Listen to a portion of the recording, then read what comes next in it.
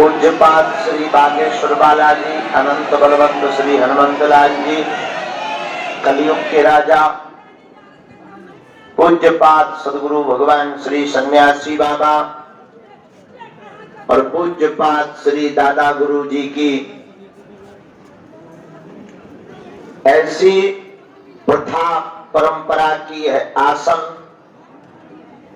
जहां पर लाखों करोड़ों भक्त महीने भर में आते हैं। लाखों लोग नाना प्रकार की अर्जी, अनेक प्रकार की मनोकामना, अनेक प्रकार के विषयों को लेकर पधारते हैं। अनेक प्रकार के संकट उलझनों का रास्ता पाने आते हैं और हनुमान जी के चरणों से सभी प्रकार की कृपा को पाकर हंसते हुए जाते हैं। ऐसी दिव्य आसन से आप सबको खूब खूब आशीर्वाद। क्या होगा? इधर से निकल गया, इधर कूद। अपने द्वारा उपकार करके तुमसे कार्य करवा रहा है। इस भूल में, इस अभिमान में मत जीना, वरना याद रखना न तुम धरती के रहोगे न आसमान के। ऐसा ना हो कि कभी गोल गोल चक्कर उसी ईश्वर के दर पर तुम्हें बार बार काटना पड़े। और ये बात सेवादारों पर बहुत लागू होती है। अगर तुम्हें ईश्वर ने, बालाजी ने सेवा के लिए मौका दिया है, तो इसका मतलब ये नहीं है कि तुम आने वाले लोगों पर निर्दयता करो। तुम्हें लगे कि वो तो सब पापी है, मैं बहुत बड़ा पुण्यात्मा हूं, तब तो मुझे यहाँ पर लुंगी मिल गई, तब तो मुझे सेवा मिल गई, मेरी यहाँ पर चलती है, मेरे गुरुजी है या मेरे भगवान बालाजी है या मेरी ड्यूटी है। ये तुम्हारी मूर्खता है। कहीं ऐसा ना हो कल के दिन तुम्हें मुंह के बल गिरना पड़े और गोल गोल चक्कर अन्य लोगों की भांति तुम्हें भी लगाना पड़े। इसलिए सावधान। ईश्वर पर तुमने उपकार नहीं किया, अपितु बालाजी ने उपकार तुम पर किया है। तुम कोई उपकार नहीं कर रहे हो, इसलिए नम्र विनम्र रहो, इसलिए झुक कर चलो। और याद रखो, तुम्हारा जो दिक्कत है, तुम्हारी जो विपत्ति है, वो तो ठीक है, लेकिन कोई अगर तुम्हारे पीछे खड़ा और तुमने सेवादार का चोला पहन लिया, तो तुमसे ज्यादा खुद की विपत्ति की चिंता होने की बजाय जो तुमसे पीछे खड़ा है उसकी विपत्ति की चिंता तुम्हारी जिंदगी में होनी चाहिए। हम कई बार अनुभव करते हैं, बहुत करीब से अनुभव करते, हमारे सेवादार कई बार हमारे ही बाप बन जाते हैं। कई बार हम देखते हैं हमारे जाने के बाद वो खुद को ही पीठाधीश्वर घोषित कर देते हैं। हम बहुत देखते हैं, कई बार यहाँ अन्न सेवा में लगे हुए लोग भी अपने आप को ही पूरा तंत्र मान लेते हैं। कई बार हम देखते हैं कि यहाँ की तंत्र व्यवस्था देखते हुए लोग भी अपने आप को ही पूरा कानून समझ लेते हैं, और ये जिंदगी में बहुत बड़ी भूल होती है। इसलिए माय डियर, प्लीज मेरी प्रार्थना है, शायद ये गुरु होने के नाते कोई गुरु प्रार्थना करेगा, लेकिन हम गुरु होने के नाते हाथ जोड़कर तुमसे प्रार्थना करते हैं कि हर जगह भूल करोगे तो छोड़ दिए जाओगे, बख्श दिए जाओगे, पर बालाजी के दर पर की हुई भूल, किया हुआ अभिमान तुम्हें जिंदगी में कहीं पर भी स्थान नहीं दे सकता है। और माफ करना, ईश्वर ना करे कि तुम्हारे साथ ऐसा हो, इसलिए हम तुम्हें पहले ही सावधान कर देते हैं। नम्र विनम्र होकर के आने वाले लोगों को अपना परिवार के लोग मानकर उनकी मदद करना प्रारंभ कर दो। तुम अपनी जिंदगी में कभी भी घाटा नहीं खाओगे।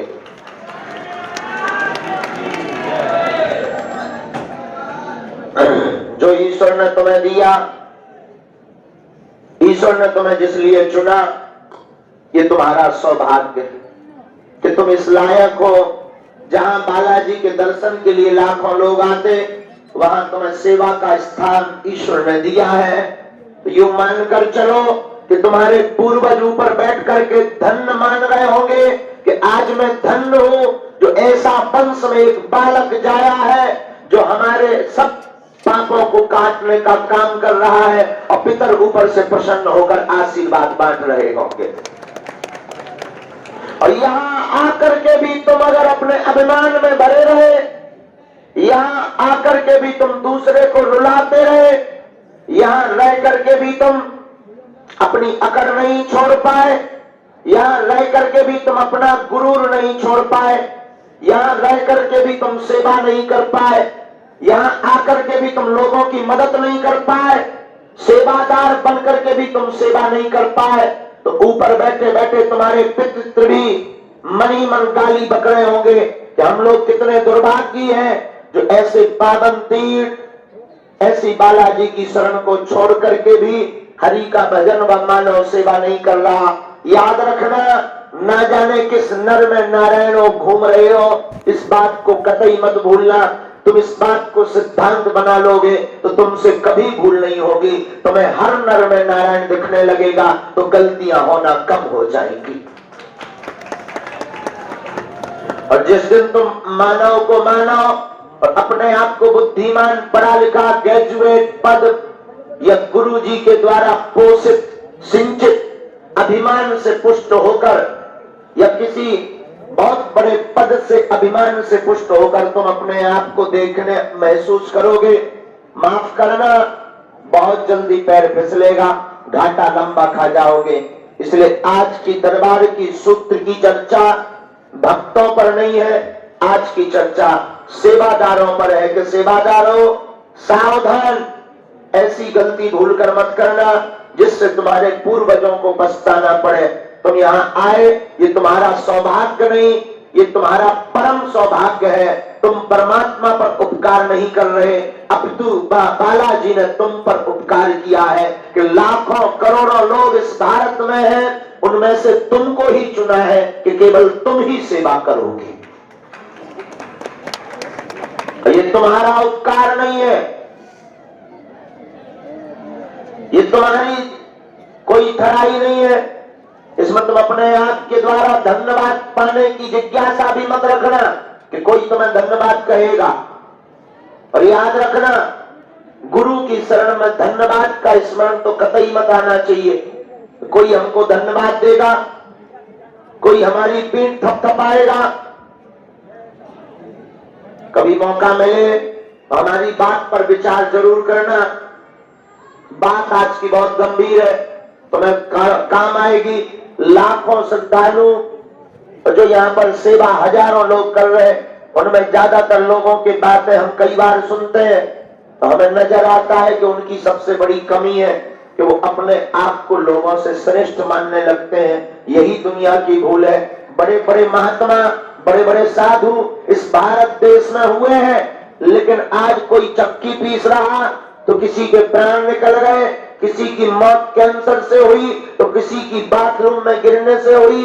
इन लोगों की भूल यही थी कि इंसानों को इंसान अपने आप को महान समझने लगे थे, और जो व्यक्ति अन्य लोगों को छोटा, अपने आप को महान समझने लगता है, उसी दिन से उसके पतन का रास्ता प्रारंभ हो जाता है।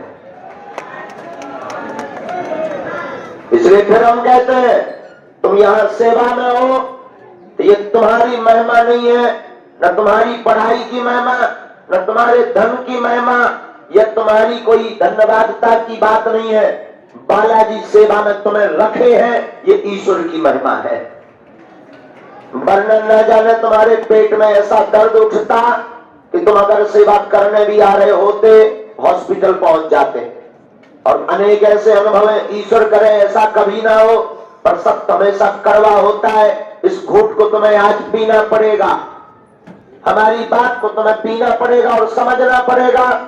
शायद तुम्हारी बुद्धि खुल जावे, शायद एकाध के मन में चोट कर जावे। माफ करना, ईश्वर करे ऐसा कभी ना हो। जरूरी नहीं है तुम आज सेवा में आ पाते, मान लो पेट दर्द हो जाता तो हॉस्पिटल की ड्रिप ले रहे होते, ईश्वर ने तुम्हें साफ कुशल, स्वच्छंद, चहचहाता हुआ, एकदम स्वस्थ यहाँ पर बुला लिया। मानो ईश्वर तुमसे बहुत बड़ा काम करवाना चाहता है। इसलिए जो भी तुम्हारे अगल बगल आस पास आ गए, मन में मलिनता मत रखना, बोझ में मत जीना, बोध में जीना। बोझ में जियोगे तुम्हें बहुत धक्का लगेगा, बोध में जियोगे तुम यहीं पर सेवा करते करते आनंद का रस पाने लगोगे, और एक दिन ऐसा आएगा कि संसार के दुख जीरो और तुम्हें अपनी सेवा बहुत महत्वपूर्ण नजर आने लगेगी। इस बात को ऐसे समझो, किसी शादी में 4-5 लोगों का ग्रुप बैंड बाजा बजाने वाले जा रहे थे। एक बैंड बाजा बजा रहा था, दूसरा उस बैंड बाजे वाले की गाड़ी चला रहा था। पेमेंट दोनों को मिलनी थी, रात का समय था, दोनों गाड़ी के साथ बारात निकली, दूल्हा चला, लेकिन एक व्यक्ति को बारात बोझ लगने लगी। जो गाड़ी चला रहा था उसने कहा भगवान की बड़ी कृपा है, आज कोई डांस करने वाला नहीं फंसा, वरना 1 घंटा और बर्बाद हो जाता। काश जल्दी बारात जनवासे से लड़की के घर पहुंच जाए, मैं जल्दी वापस आ जाऊं। लेकिन तब तक क्या देखता है, एक पौआ पीकर व्यक्ति आ गया और नागन डांस करने लगा। उसका दिमाग खराब हो गया कि ले, अभी कुछ देर पहले मैं सोच रहा था कि आज जल्दी फ्री हो जाऊंगा, ये नागन डांस करने वाला और आ गया, अब 1 घंटा 2 घंटा खाएगा बेफिजूली का। उसका दिमाग खराब हो गया, उसे बोझ लगने लगा, उसकी जिंदगी में उसे बहुत कुछ बोझ लगने लगा। लेकिन दूसरा जो बैंड बजा रहा था वो सोच रहा था कि बारात तो आज पहुंचने वाली है, लेकिन आज कोई डांस करने वाला नहीं मिला जिसकी मैं हेकड़ी निकाल सकूं। अब किस्मत से नागन डांस करने वाला पगुआ पीकर आ गया, तो वो बहुत खुश हुआ कि वाह, अब देखता हूं इसमें कितना दम है। अब वो और नागन टून निकालने लगा, लहरा लहरा कर बार बार नागन टून निकालने लगा और हंसने लगा कि और चल छमिया, और नाच छमिया। धीरे धीरे उसको इतना आनंद आने लगा बजाने वाले को कि 1 घंटा से कब 2 घंटे तक बजा रहा, उसे कोई हौस नहीं, न शरीर में कोई दर्द। एक ही बारात में दोनों बैंड बाजे हैं, एक ही जगह पर हैं, दोनों को पेमेंट मिलनी है, लेकिन एक व्यक्ति उसी में खुशी निकाल रहा है, एक व्यक्ति को बोझ लग रहा है। यही जिंदगी है, जो जहां सेवा कर रहा तो वहीं आनंद निकालना प्रारंभ कर दो, तो बहुत बिना पता लगे टाइम निकल जाएगा। और अगर तुम बोझ लेकर के सेवा करोगे तो तुम्हें पल पल तिल तिल धक्का लगेगा और तुम एक दिन डिप्रेशन के शिकार हो जाओगे।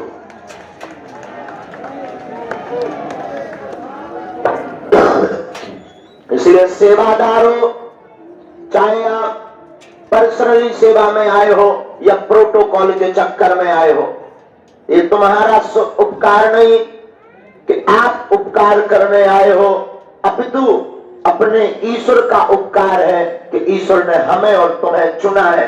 कल एक सज्जन हमको कह रहे थे कि आपका स्वास्थ्य बिगड़ जाएगा, दिन ब दिन आप कमजोर होते जा रहे हैं, आपको 6 घंटे सोना चाहिए, कम से कम 5 घंटे तो सोना चाहिए, समाज सेवा इतनी भी क्या जरूरी है।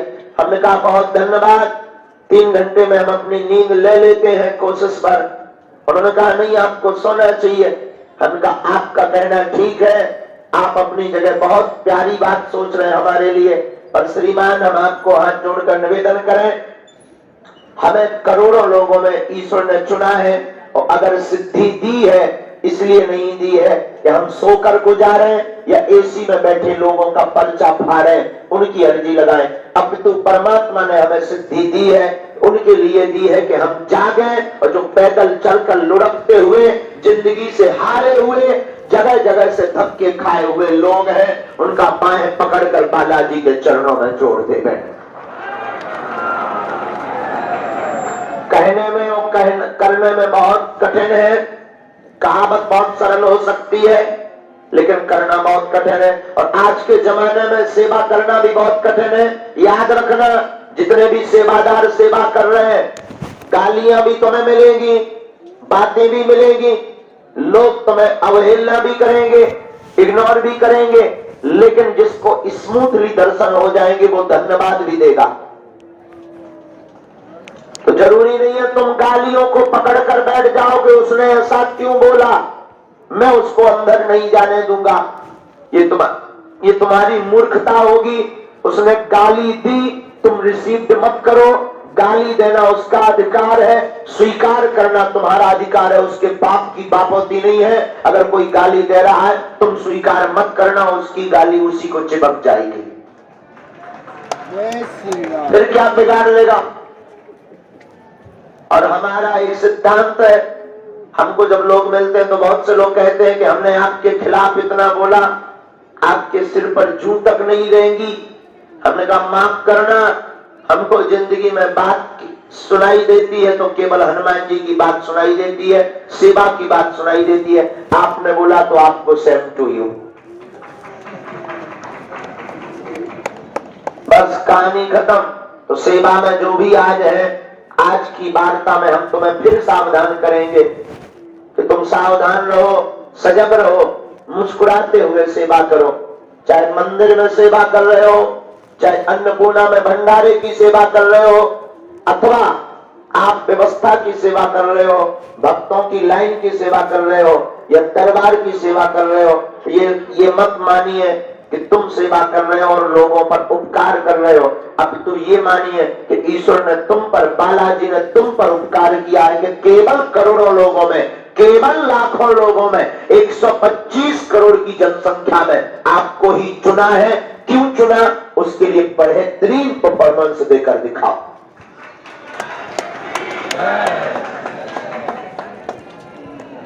ये आपकी जिम्मेदारी है, ना कि हमारी। गुरु तो आपको सिद्धांत दे सकता है, चलना ना चलना है आपका काम है। माफ करना, ऐसी गलती मत करके जाना यहां से कि तुम्हारी पीढ़ियां या तुम्हारे पूर्वज अपने आप को मन में कोसते रहे कि मैंने किस निकम्मे को जन्म दिया है। और ये सेवा को पाने के लिए, माफ करना, हमारी जैसी सेवा को पाने के लिए महात्माओं की जटाएं गड़ जाती हैं, तब एक सिद्धि नहीं मिलती है। हमारे ऊपर तो ईश्वर का कितना उपकार है कि गांव के छोटे से नालायक व्यक्ति को, गांव के तुच्छ से व्यक्ति को बालाजी ने बाहें पकड़कर सेवा करवाने के काम पर बैठा दिया है। जय श्री राम। और तुम पर भी कितना उपकार किया। और ये जिंदगी में याद रखना, लोगों की आशाएं कभी खत्म नहीं होती हैं। जो अंदर दरबार के हॉल में बैठे, इनको देखकर जो बाहर रेलिंग में खड़े हैं वो जल रहे कि काश हम भीतर बैठे होते।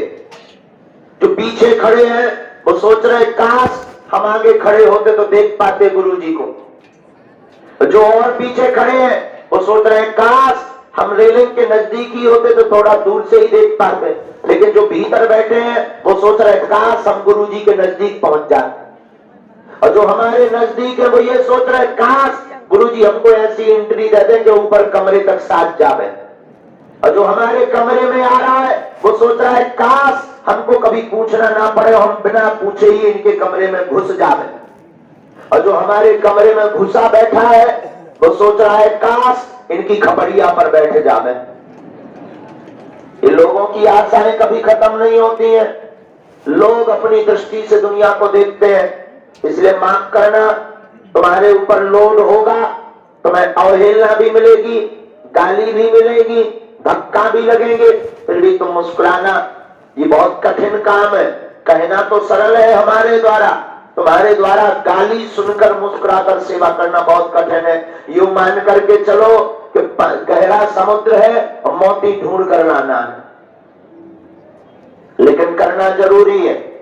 ये नहीं करोगे तो तुम अपनी जिंदगी में हर मंगलवार या शनिवार को आते हो, धीरे धीरे तुम अपनी खुशियां खो बैठोगे। मंगलवार आएगा तो तुम्हें बोझ लगेगा कि लोग फिर जगना पड़ेगा, लोग फिर धक्के खाने पड़ेंगे, लोग फिर जाना पड़ेगा, लोग फिर पूरे दिन वहां खड़ा रहना पड़ेगा। और कई बार तो तुम्हारे मुंह से गाली निकलने लगेगी कि कहां से ये बाबा पैदा हो गया, दिमाग खराब कर दिया। और धीरे धीरे तुम सेवा से वंचित भी हो जाओगे और पाप के भागीदार भी हो जाओगे। इसलिए एक काम करो, गहरा समुद्र है, मोती खोज कर लाना है, और मोती है मुस्कुराहट। जो भी याद है मुस्कुरा कर उसको बात करना प्रारंभ कर दो, तुम वो धन पा जाओगे, वह कृपा पा जाओगे जिस कृपा को पाने के लिए बड़े बड़े राजा युद्ध लड़ते थे। मुस्कुराहट, प्रसन्नता। इसलिए बोझ में नहीं, बोध में जियो। सेवादारों को सूत्र है, किसमें जियो? बोझ में नहीं, बोध में जियो। बोध की जिंदगी बहुत काम आती है। आज के सेवादार जो जहां खड़े हैं, हमारी बालाजी के चरणों में प्रार्थना है, ईश्वर करे तुम्हारी जिंदगी में कभी कोई ऐसा दुख न आवे जिसके कारण तुमको विचलित होना पड़े। बालाजी करे कि सदा तुम मुस्कुराते रहो। जैसे तुम लोगों की सेवा कर रहे, ईश्वर किसी रूप में तुम्हारे साथ ऐसे ही सेवा में तत्पर रहे। अरे हम कह नहीं रहे, ऐसा होता है, सच है, हकीकत है। तो जो भी व्यक्ति मानव सेवा करता है, ईश्वर उसकी सेवा करने के लिए किसी न किसी रूप में जरूर आता है। तो खूब प्रसन्न रहो, मुस्कुराओ। गालियां तो मिलेगी पर बोझ में मत जीना, मुस्कुरा कर जीना। तुम्हें जरूर लग रहा होगा कि हम किसी बात के रोड़ा है, गुरुजी का डर नहीं होता तो तुम अपनी स्वतंत्रता से काम करते। पर जिंदगी में एक व्यक्ति का डर होना बहुत जरूरी है। डर के बिना व्यक्ति परम स्वतंत्र हो जाता है, वो गलतियां बड़ी बड़ी कर देता है। और आज जो मंगलवार के दरबार में आए हैं, आपको भी निवेदन है कि बड़ी गंभीरता और सौम्यता परिचय लेकर के आप आया करो। यहां से जब भी जाया करो, गांव में, शहर में, लोग तो तुम्हें ताने बुनेंगे, ताने देंगे, लेकिन तुम ऐसा व्यवहार यहां से लेकर जाओ कि लोग कहेंगे ये बागेश्वर धाम का परिवार है। लगना भी तो चाहिए कि बागेश्वर धाम का परिवार है। तुम तो आए, तुमने नारियल बांधा और भूता खाने में पड़े, पर्चा के चक्कर में पड़े, कृपा हो गई तो हनुमान जी है, नहीं हुई तो पाखंड है। बस दो शब्द करके तुम निकल दिए। तुम्हारे जैसा बदमाश आदमी दुनिया में कहीं नहीं होगा। बदमाशी छोड़ो, यहां से कुछ लेकर जाओ या ना लेकर जाओ, ये वो दरबार है। अन्य दरबार इसका मतलब फीके नहीं है, सब दरबार महान है। पर बागेश्वर बालाजी कलयुग के राजा हैं। ये वो पीठ है जहां कलयुग में सनातन का झंडा गाड़ने के लिए ही बालाजी प्रकट हुए हैं। आज से ठीक 300 साल पहले बालाजी प्रकट हुए हैं। ऐसी धरा पर आप खड़े हो जहां सन्यासी बाबा जैसे संत जो 24 घंटे आपके मनोभाव को पढ़ रहे हैं। कई बार लोग हमारे साथ छल करने लगते हैं, चापलूसी करने लगते हैं, हमसे ही झूठ बोलने लगते हैं, हमसे ही मुंह चुराने लगते हैं। हमें बड़ी हंसी आती है कि इस बराबर बुद्धू कौन होगा। इसको ये होश ही नहीं है कि जो दुनिया का पर्चा बना रहा वो तेरा भी पर्चा रखे कि तू कितने कांड करके बैठा हुआ। बड़ी हंसी आती है, लेकिन क्या करें, मजबूरी है। अंत में फिर यही सोचना पड़ता है तो अपने जो यहाँ आते हैं। सच बता दें, आप लोग जो यहाँ खड़े हैं, आप लोग तो कई दृष्टि से हमें देखते हैं। कोई पाखंडी दृष्टि से हमें देखता है, कोई ढोंग की दृष्टि से देखता है, कोई महात्मा की दृष्टि से देखता है, कोई गुरु की दृष्टि से हमें देखता है, कोई चमत्कारी बाबा की दृष्टि से देखता है। लेकिन हमारी एक ही दृष्टि है, जो यहाँ आता है हमें लगता है ये हमारे परिवार का आदमी है। और आपको बता दें, ये सुनकर आपको आश्चर्य लगेगा, हम ज्यादा पर्चे पर फोकस नहीं करते। तुम्हारा बाप का नाम बता भी दें, तुम्हारे बड़े बूढ़ों का नाम बता दें, तुम्हारी समस्या लिख दें, परंतु तुम्हारी समस्या का समाधान ना हो तो क्या बताना किसी भी प्रकार से मतलब का निकला? बोलो, तुम्हारे 6 पर्चे बना दें, बाप का नाम बता दें, लेकिन तुम्हारी समस्या का समाधान ना हो तो क्या बताना किसी मतलब का है? हाथ उठाकर बोलो, नहीं है। इसलिए हम एक बात पर हमेशा फोकस करते हैं कि किसी का पर्चा बन पाए या ना बन पाए, हमें जो बालाजी ने चूरन चटनी मंत्र विद्या दे रखी है, हम यही प्रार्थना करते कि हे सन्यासी बाबा, हम किसी के मन की बात बता पाए या ना बता पाए, परंतु उसकी समस्या का समाधान हो जाए, इससे बड़ा कोई भी चमत्कार नहीं है। और हनुमान जी की ऐसी कृपा भी है। अब भाई कोई 2 मुहा बनकर आएगा, कोई 6 दिन पौवा पिए फिर 7वें दिन नियम करने लगे, कोई यहाँ पर आकर जयकारा लगाए, बाहर जाकर के मुर्दाबाद बोले, ऐसे व्यक्ति की तो नहीं कह सकते हम, लेकिन आज तक हमने अनुभव किया और दावे के साथ शपथ खा करके सौगंध खाकर कहते हैं जो भी आएंगे लहसुन प्याज मांस मंगरा बंद करके पेशी करेंगे, पर्चा बने या ना बने खाली हाथ नहीं जाएंगे, नहीं जाएंगे, नहीं जाएंगे। हमें अपने इष्ट पर भरोसा है। देर सवेर लगेगी, पेशी करनी पड़ेगी, परंतु हमें इष्ट पर भरोसा है जिसके लिए हमें हमारे इष्ट ने बैठा रखा। हम तो नालायक आदमी है, गांव के गवार हैं, हमारी तो कोई क्षमता नहीं है, हम कोई महात्मा साधु या गुरु नहीं है। याद रखना, हम साधारण से आदमी हैं, लेकिन हम अपने बालाजी के हैं, ये भर हमें भरोसा है। और हमारे हनुमान जी बड़े दयालु हैं। हम शपथ खाकर कहते हैं तुम नियम का पालन करना, पर्चा बने या ना बने। जो बालाजी अंतर्यामी है वो तुम्हारी भी मन की जानते हैं कि तुम किस लिए आए हो, तो 100% है कवन सुकाज कठिन जग माही, जो नहीं हो ये तात तुम पाही। लेकिन हम जानते हैं कि आप लोग बदमाश आदमी हो, इतने के बाद भी तुम्हारे दिल में तसल्ली नहीं होनी है, तुम फिर भी पर्चा के चक्कर में ही बैठे हो, पर्चा के चक्कर में ही घूमोगे। और जिनके बन गए वो 21 पेशी के चक्कर में कि कब हो जाए, कब हम क्लेम ठोक दे बागेश्वर धाम के ऊपर, कब कह दे कि अब हो गई, अभी तक नहीं सुनी तुम्हारी पूंछ वालों। लेकिन हम इनके पक्षधर बिल्कुल भी नहीं है। अब आपको बता दें, ये तो बालाजी की डमरू है। डमरू का मतलब पर्चा दिखा करके तुम्हें बताना चाहते, पर्चा तो एक बहाना है, कथा करना तो एक बहाना है, चमत्कार दिखाना तो एक बहाना है। हमारा असली सिद्धांत बहुत उल्टा है, हमें तुमको बालाजी का बनाना है।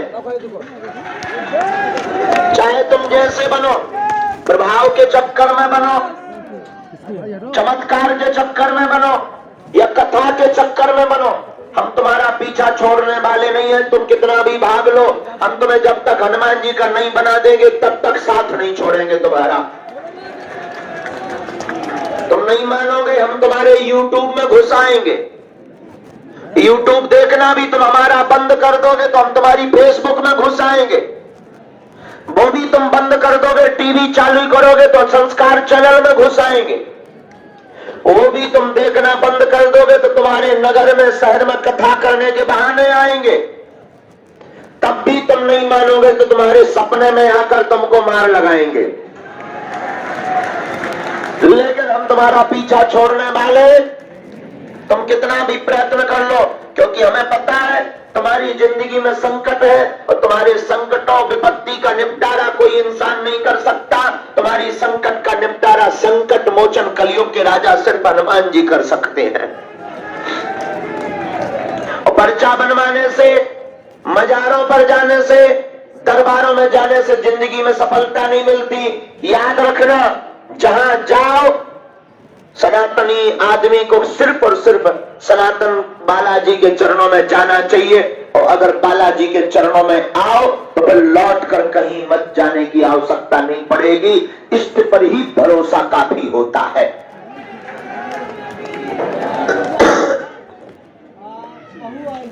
हमारा निवेदन है कि आप सब जो यहां पधारे, जिनकी 21 पेशी हो गई, निश्चित रूप से आप गाली बक रहे होंगे। तो आपको बता दें, फरवरी के महीने में 21 पेशी होने वाले भक्तों के लिए 5 दिन का दरबार लगेगा मिलने के लिए। हमने निर्णय लिया है कि नई अर्जी तो रोज लगती है, पुरानी अर्जी पर भी चर्चा होनी चाहिए। 5 दिन का दरबार पुरानी पेशी वालों के लिए फरवरी के महीने में लगेगा। आज हमने कल एक विचार किया है, कहो तो बताएं। वैसे ये विचार घोषणा नहीं है, लेकिन हमने विचार किया कि बुंदेलखंड हमारा पिछड़ा क्षेत्र है। यहाँ 15-16 जिलों में एक सबसे बड़ी कमी है, आज हर व्यक्ति के छठवें सातवें व्यक्ति को वो रोग है, तो बागेश्वर धाम से दुआ तो मिल ही रही, मंत्र तो मिल ही रहा है। हमने सोचा हम मंदिर बनवा कर मर जाएंगे तो क्या खाक करके मरेंगे। हमने सोचा है बुंदेलखंड में क्यों ना बागेश्वर धाम शिष्यों की तरफ से एक कैंसर हॉस्पिटल होना चाहिए।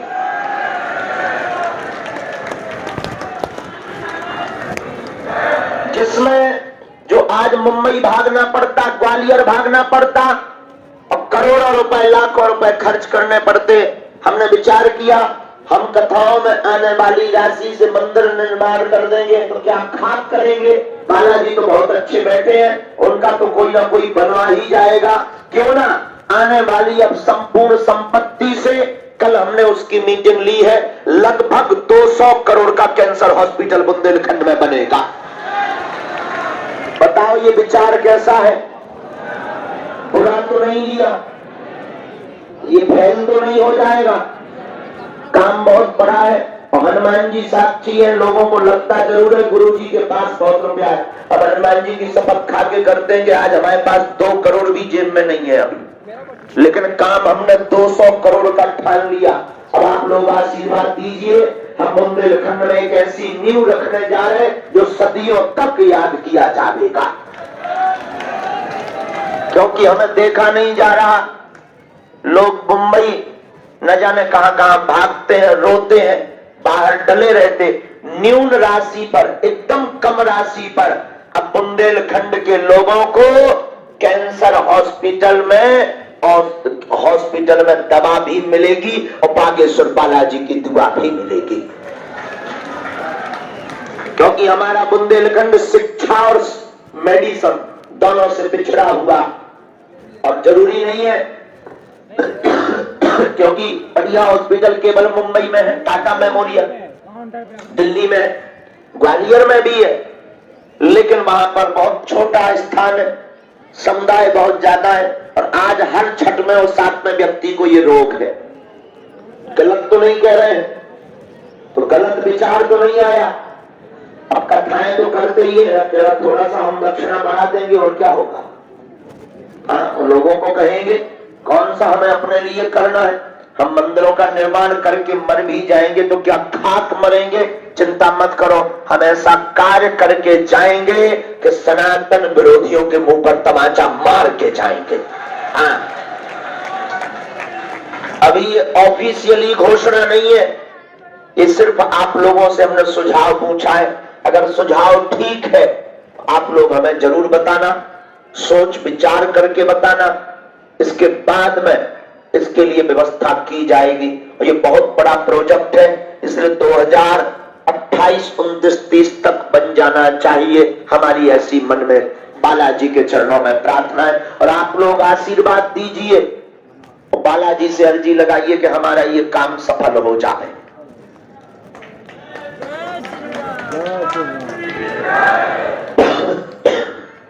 ये आज की खुशखबरी थी जो हमें आपको बतानी थी।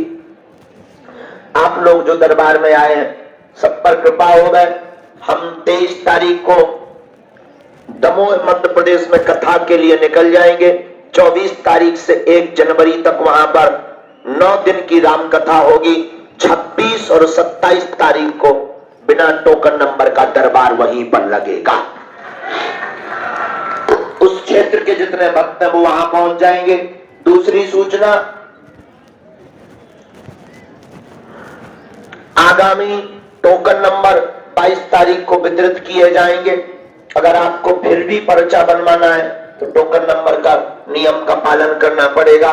22 तारीख को टोकन बटेंगे तो आप वहां से टोकन नंबर ले सकते हैं। श्री यंत्रम प्राप्त करने के लिए पुनः फरवरी माह में यज्ञ किया जाएगा।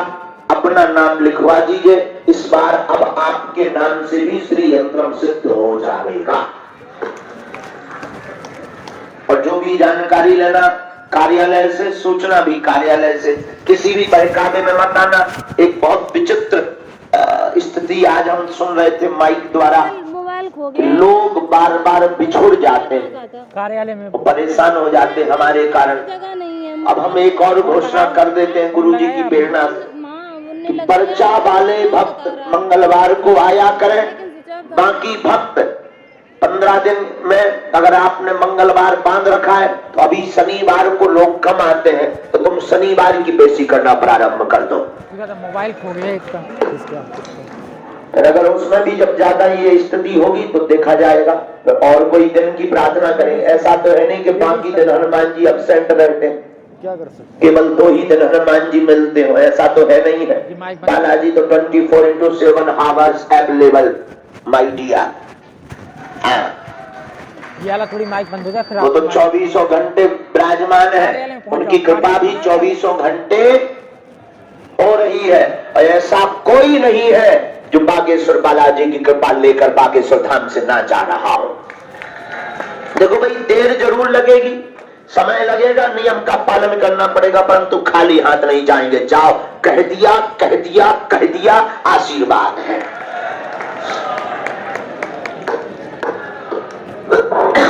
कल तक जो सनातन धर्म पर लोग उंगली उठाते थे कि क्या है सनातन धर्म में, पाखंडी होते हैं सब, संतों को, महंतों को, पुजारियों को, मंदिरों को पाखंडी कहा जाता था और पैसा कमाने का स्थान बतलाया जाता था।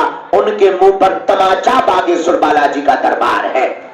तो सावधान, आ जाओ अखाड़े में, जो तुम्हारे एक एक दाग ना बता दिए जाएं कि तुमने क्या क्या करिया कांड किए ठटरी के बरे।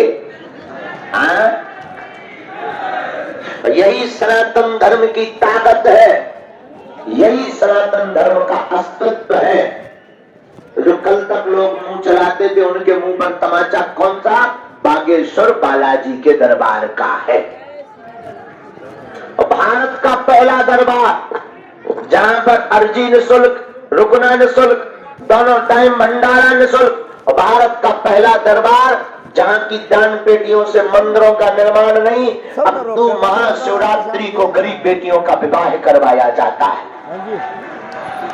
इस वर्ष पुनः 121 बेटियों का विवाह करवाया जाएगा।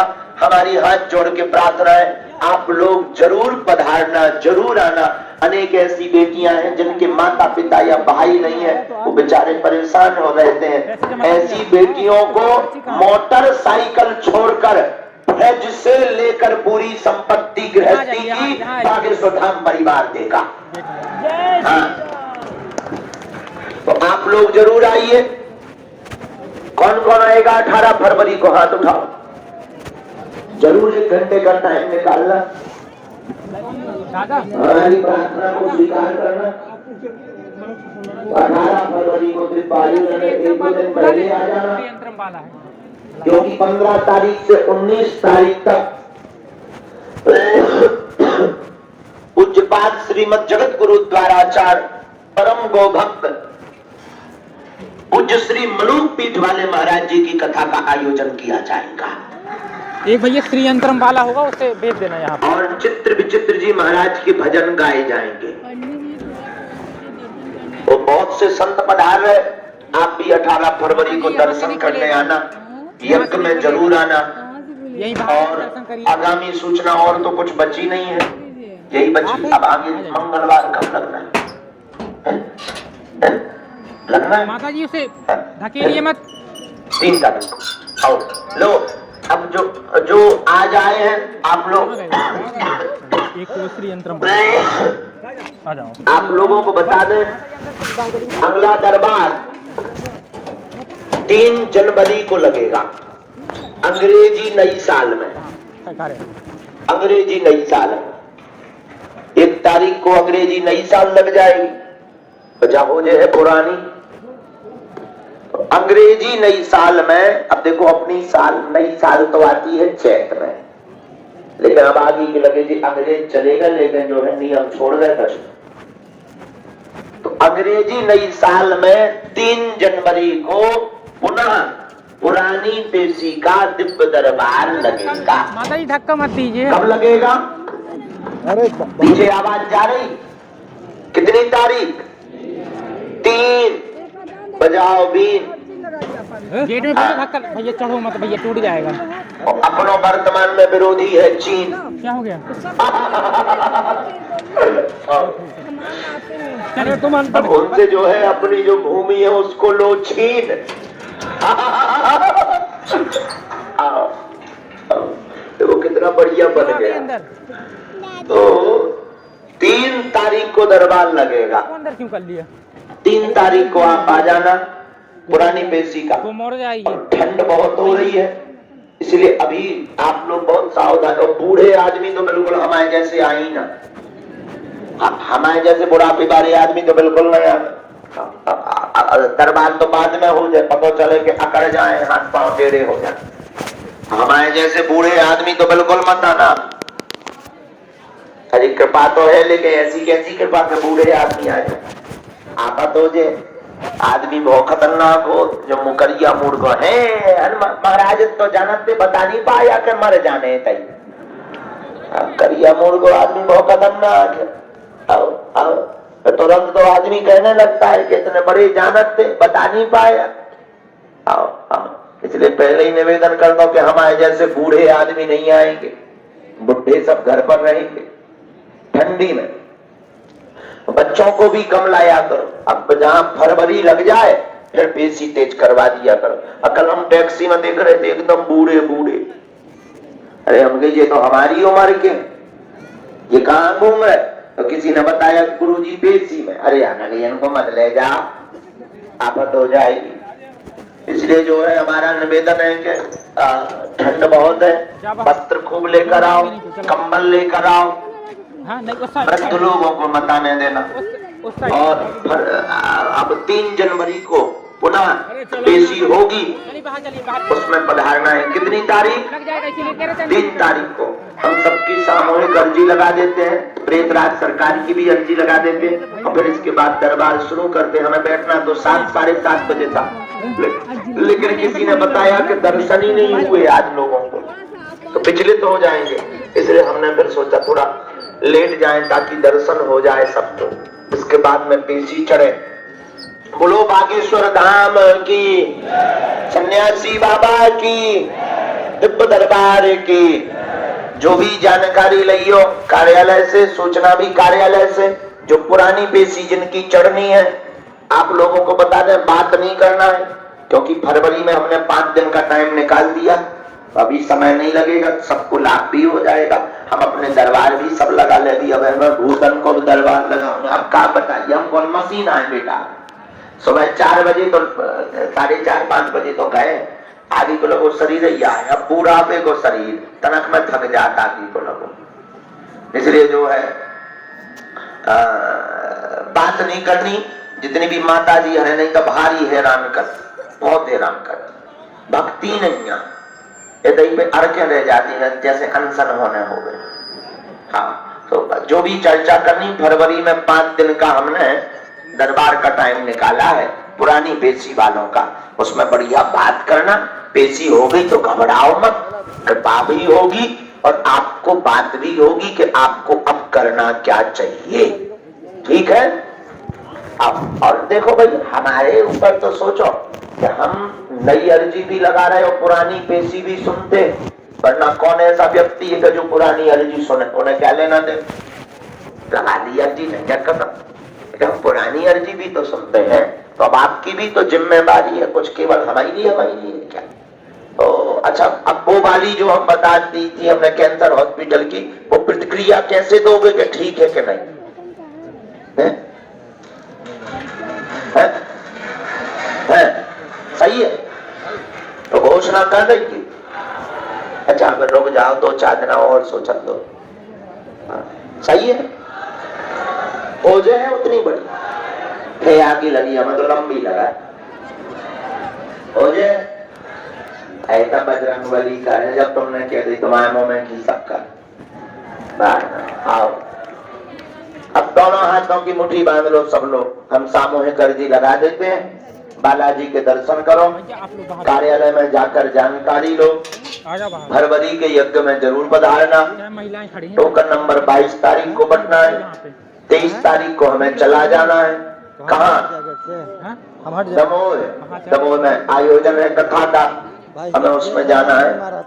और जरूरी नहीं है पर्चा बने, टोकन के लिए मारा मारी मत करना, पर्चा के चक्कर में मत रहना। नारियल बांध दो, 21 परिक्रमा लगा लो, लहसुन प्याज बंद करो, मंत्र बोलो ओम कह रहे थे बागेश्वराय नहीं आती है, नमः। 2 साल से आ रही किसी को भूत बाधा है उसको 5 लोग में बांध दो, हाथ पकड़ के मंत्र बोलो ओम बागेश्वराय वीर वीराय हुम फट स्वाहा। इस मंत्र से प्रेत शांत होने लगेगा। तो प्रेतराज सरकार का दरबार हर मंगलवार को जब हम रहते हैं तब लगता है, उसमें बिना टोकन नंबर के ही नंबर आ जाएगा। और जब पर्चा के लिए टोकन नहीं निकल पाया तो ये निराश मत हो, कबहू तो दीन दयाल के भनक पड़ेगी कान। तुम्हारी समस्या उन्हें सुनाई देती, वो लाखों लोगों में आपको बुला लेंगे कि अमुक व्यक्ति यहाँ पर आ जावे, उसकी अर्जी स्वीकार हो गई है। बाहर बुला यही तो कलयुग में हनुमान जी की महिमा। अपना नाम अपनी समस्या किसी को ना बतावे, टोकन वालों को 50 बालाजी की कृपा में ताकत होगी, अपने आप पर्चे पर लिख कर आ जाए। पहले आप जाइएगा तो फिर वहाँ बिना टोकन का फिर हमको डांट पड़ अब दोनों हाथों की मुट्ठी बांध लो, बांध रही करा लीजिए। कहो हे बागेश्वर धाम प्रभु, हे बालाजी, हे सन्यासी बाबा, बाहर आ जाइए, हम संभाल लेंगे। हे कलयुग के राजा, हम पर कृपा करो, हम पर दया करो, हमारी अर्जी सुनो। हे बागेश्वर बालाजी, हे सन्यासी बाबा, आजीवन पर्यंत आपके चरणों से, आपके धाम से, आपके दरबार से हम जुड़े रहेंगे, हम आते रहेंगे, परंतु हमारी अर्जी सुनो, हमारी अर्जी सुनो। आपकी जय हो, आपकी जय हो, आपकी जय हो। हे बागेश्वर बालाजी, हम वचन देते हैं आपके चरणों से जुड़े रहेंगे, परंतु हमारे घर पर सेना भेजो, कृपा करो, कृपा करो, कृपा करो। धीरे धीरे अपने नेत्रों को बंद कर लो, बालाजी को प्रणाम करो, बोलो ओम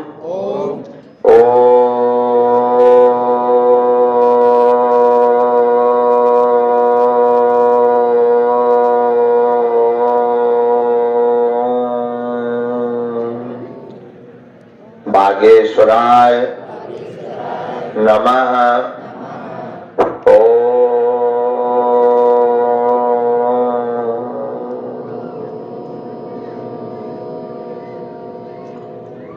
बागेश्वराय नमः।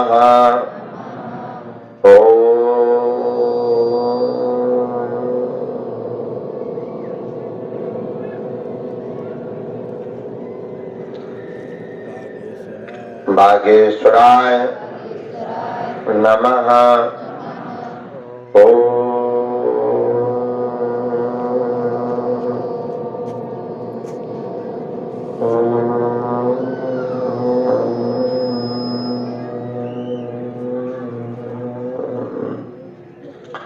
हम हनुमते नमः।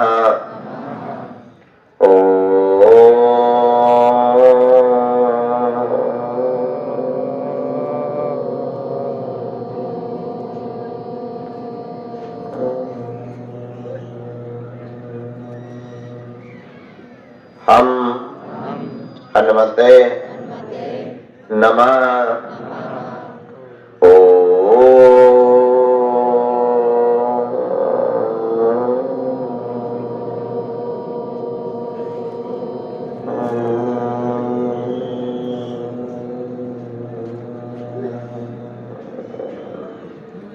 हम हनुमते नमः।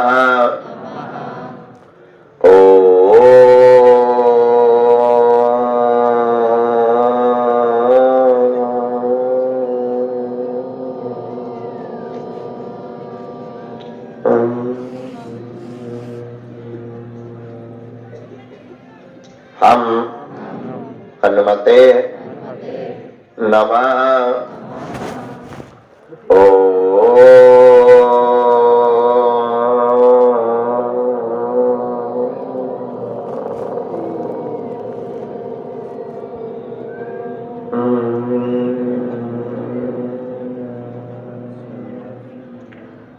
सन्यासी देवाय नमः।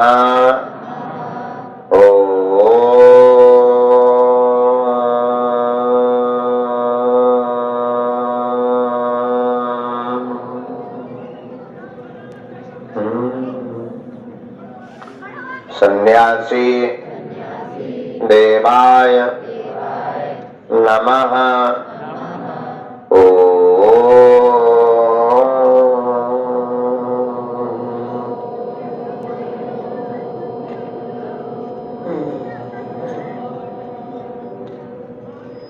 सन्यासी देवाय नमः। पूज्यपाद श्री सन्यासी बाबा और बागेश्वर बालाजी का दिया हुआ यह ऐसा अचूक अटूट मंत्र है जिन भक्तों के पर्चा नहीं बन पाते, मिलना नहीं हो पाता, बात नहीं हो पाती, भयंकर दिक्कत है, अगर वह इस उपाय को कर दें, सामूहिक अर्जी लगा दें, नारियल बांध दें, 21 परिक्रमा लगाना शुरू कर दें, 5 हनुमान चालीसा के पढ़ना शुरू कर दें, महीने में एक बार, 2 महीने में एक बार, 5 महीने में भी एक बार, शनिवार अथवा मंगलवार की पेशी करना प्रारंभ कर दें तो बिना पर्चा बने ही घर पर बागेश्वर बालाजी की सेना पहुंच जाती है और बागेश्वर बालाजी के साथ सन्यासी बाबा की कृपा हो जाती है। और ऐसा लाखों लोगों का अनुभव है जिनके पर्चा नहीं बन पाए, मिल नहीं पाए, उन्होंने इस उपाय को किया। इस उपाय के करने मात्र से उनके घर पर बालाजी की कृपा भी हो गई, काम भी सफल हो गया और बालाजी के चरणों में निष्ठा भी तीव्र हो गई। निश्चित है, धैर्य रखना, पेशी करना, भटकने की जरूरत नहीं पड़ेगी। जाओ, सन्यासी बाबा तुम्हारे घर पर सेना पहुंचाएंगे, पहुंचेंगे।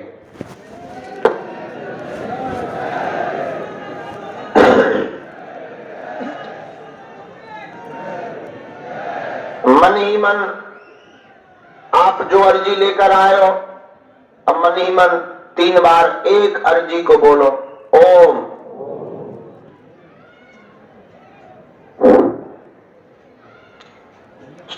ओम ओम। कहो, हे बालाजी, हे सन्यासी बाबा, हे कलयुग के राजा, हमारी यह अर्जी स्वीकार करो, हम पर अपनी कृपा करो। आपकी जय हो, आपकी जय हो, आपकी जय हो। अपने नेत्र धीरे धीरे खोलो।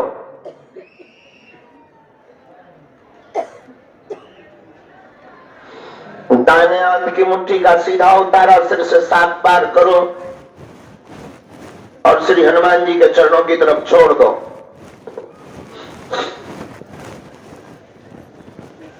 बाएं हाथ की मुट्ठी का उल्टा उतारा करो एंटी क्लॉक में, सिर से 7 बार, इसे भी बालाजी के चरणों की तरफ छोड़ दो।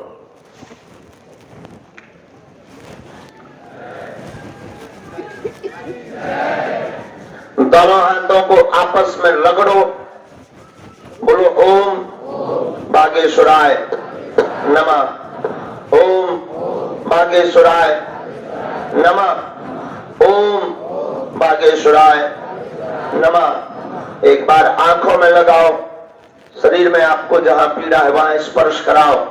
दोनों हाथ उठाकर बालाजी का ध्यान करके बोलो, बागेश्वर धाम की, सन्यासी बाबा की, कलयुग के राजा की। आप सब प्रसन्न रहो। समस्त जानकारी कार्यालय से लेना, किसी न किसी मोड़ पर हम पक्का है मिलेंगे। जिनकी पुरानी अर्जी है पुनः सावधान पूर्वक सुनो, वार्ता में समय न लगाकर पेशी चढ़वाकर बालाजी को प्रणाम करना है। दीदी जी, आप लोगों की फरवरी के महीने में चले जाएंगे। क्या? 5 दिन का बात लगेगी आपकी, पुरानी पेशी का दिव्य दरबार लगेगा। पेशी लगेगी थोड़ी आपकी। देर बाद आगामी पुरानी पेशी चल चल 3 जनवरी को होगी। 27 तारीख को पढ़ने वाले मंगलवार को दरबार नहीं रख पाएगा, लग किन की रही है? और जिनके पर्चा नहीं है मंगलवार को आपको बड़ी असुविधा हो जाती। आलू की लग रही है। अगर आपका मन कहे तब तो आप ठीक हो, अगर आपको असुविधा हो रही हो तो आप लोग शनिवार को भी दर्शन कर सकते हो। जाओ, आपको यह छुट्टी है।